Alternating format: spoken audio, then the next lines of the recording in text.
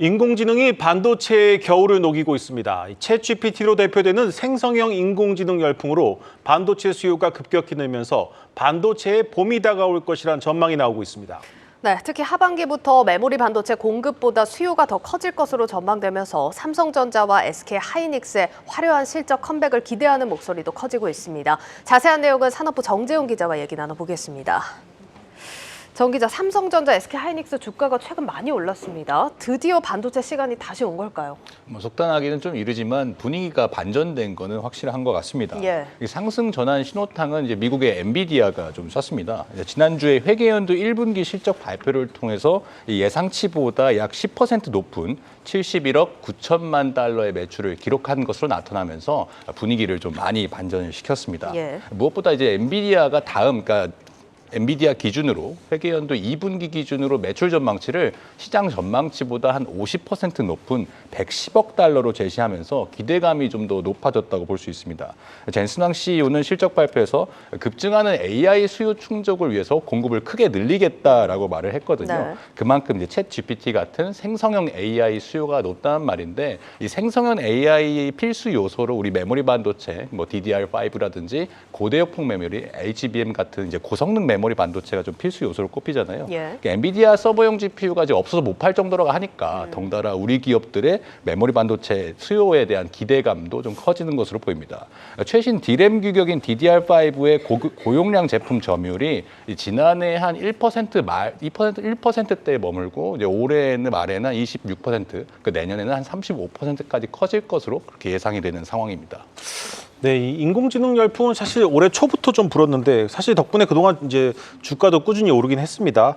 근데 왜 지금 와서 좀 이렇게 폭발적인 분위기가 연출이 되는 건지, 반도체 인공지능이 뭐 반도체 수요에 영향을 준다는 것이 좀 올 초보다는 좀 명확해진 겁니까? 그렇습니다. 뭐 엔비디아 실적으로 이제 그것이 좀 증명됐다라는 데 이번에 좀 다른 점이라고 보면 되고요. 네. 특히 우리 반도체 기업들 같은 경우에는 뭐 삼성전자 같은 경우는 특히 뭐 주가가 한 6개월에서 12개월 정도 선반영된다라고 보통 이제 얘기를 하지 않습니까? 네.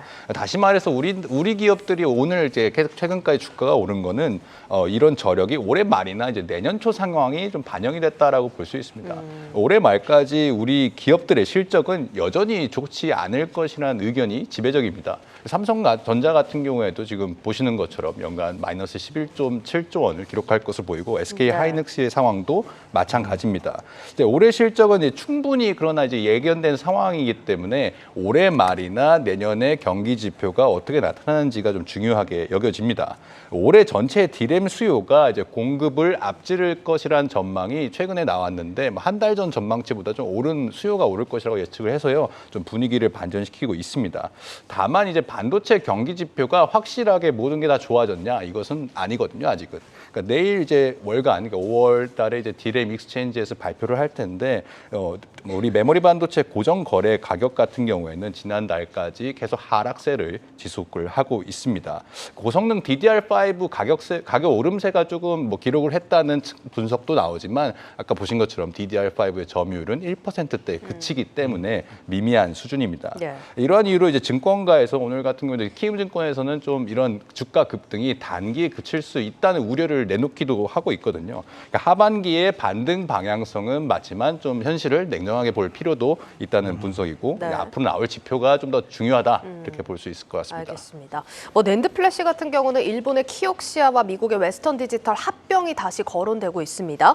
지금 반도체 업황을 볼 때 합병이 성사된다면 우리 기업들한테는 어떤 영향이 있을지 어떤 분석들이 나올까요? 그렇습니다. 이제 뭐 키옥시아와 웨스턴 디지털의 합병 이슈는 뭐 2021년에도 있었기 때문에 계속 다시 그런 어떤 카드가 나왔다고 볼 수 있는데요. 그러니까 삼성전자가 사실은 메모리 감산 카드를 늦게 꺼내들면서 다른 경쟁사들이 조금 이런 압박을 좀 많이 받았던 결과라고 볼 수 있습니다. 네. 그러니까 D램과 낸드 플래시를 병행하는 기업들, 예를 들면 이제 삼성전자나 SK하이닉스 같은 경우에 좀 상황이 낮지만 낸드 플래시에서만 점유율이 높은 키옥시아나 웨스턴 디지털 같은 기업들은 좀 더 이제 재무 구조가 1분기 악화가 보도가 많이 됐습니다.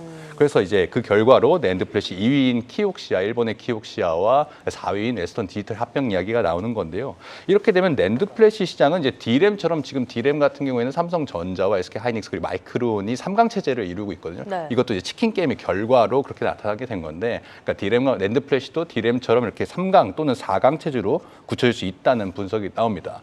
그러니까 공급 시장 재편 혼란기에 삼성전자가 그동안 1위를 유지해왔던 낸드 플래시 사업인 만큼 원가 경쟁력을 바탕으로 좀 더 점유율을 올리거나 시장 입지를 굳힐 수 있다라는 분석이 나오는 거고요.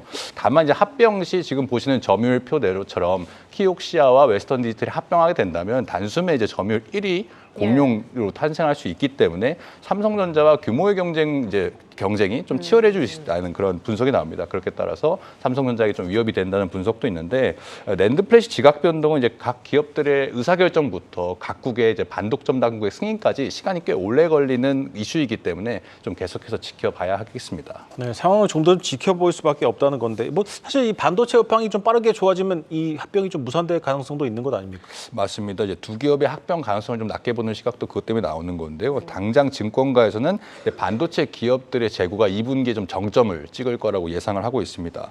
그간 공급 강에 시달리던 기업들이 이제 수익성을 적극적으로 올리는 이제 전략을 취할 수 있기 때문인데요. 감산을 시작한 삼성전자도 이제 3분기부터는 더 적극적인 감산 정책을 펼칠 거라고 예상을 하고 있고, SK 하이닉스도 이에 발을 맞출 가능성이 높습니다.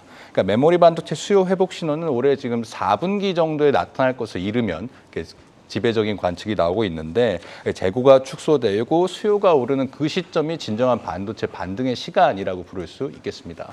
네, 잘 들었습니다. 산업부 정재용 기자였습니다.